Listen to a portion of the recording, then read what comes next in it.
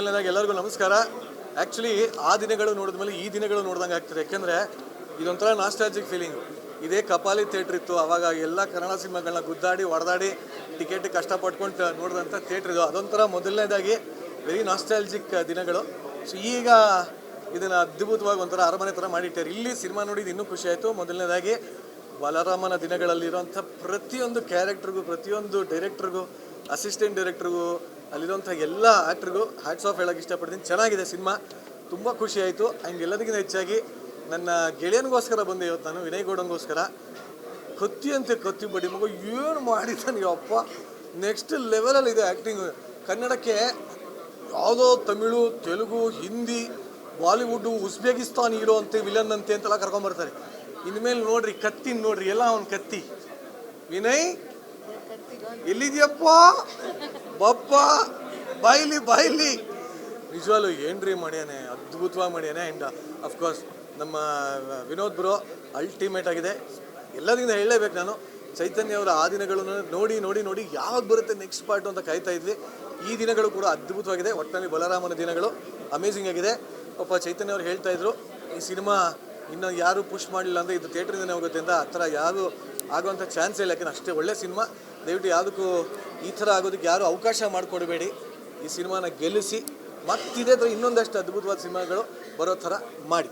Thank you. ಇವತ್ತು ಅದೇ ನಾವು ಬ್ರೋ ಹೇಳ್ದಂಗೆ ಆ ದಿನಗಳನ್ನು ನೋಡಿದ್ವಿ. ಇವಾಗ ಬಲರಾಮನ ದಿನಗಳು ನೋಡೋದಕ್ಕೆ ಬಂದಿದ್ವಿ. ನಮಗೆ ವಿನಯ್ ಬ್ರೋ ನಮಗೆ ಇನ್ವೈಟ್ ಮಾಡಿದರು, ಬಂದು ಪ್ರೀತಿಯಿಂದ ನೀವೆಲ್ಲ ಸಿನಿಮಾ ನೋಡಬೇಕು ಅಂತ.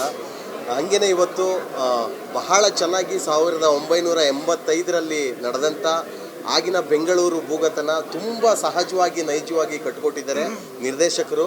ಅದ್ರ ಜೊತೆಗೆ ಅಲ್ಲಿ ಬರುವಂಥ ಎಲ್ಲ ಪಾತ್ರಗಳು ಕೂಡ ಒಬ್ರಿಗಿಂತ ಇನ್ಸ್ಪೆಕ್ಟರ್ ಪಾತ್ರಗಳಿರ್ಬೋದು, ಮತ್ತು ಆ ಕತ್ತಿ ಪಾತ್ರ ಇರ್ಬೋದು, ಅಲ್ಲಿ ಬರುವಂಥ ಎಲ್ಲ ಪಾತ್ರಗಳು ಕೂಡ ತುಂಬ ಸಹಜವಾಗಿ ಜೀವಿಸಿದ್ದಾರೆ ಪಾತ್ರದಲ್ಲಿ.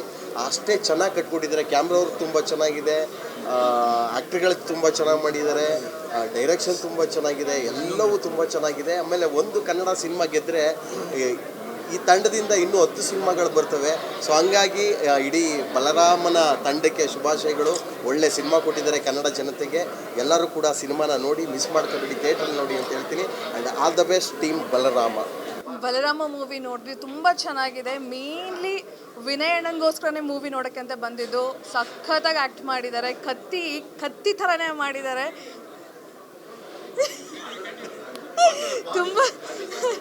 ತುಂಬ ಚೆನ್ನಾಗಿದೆ.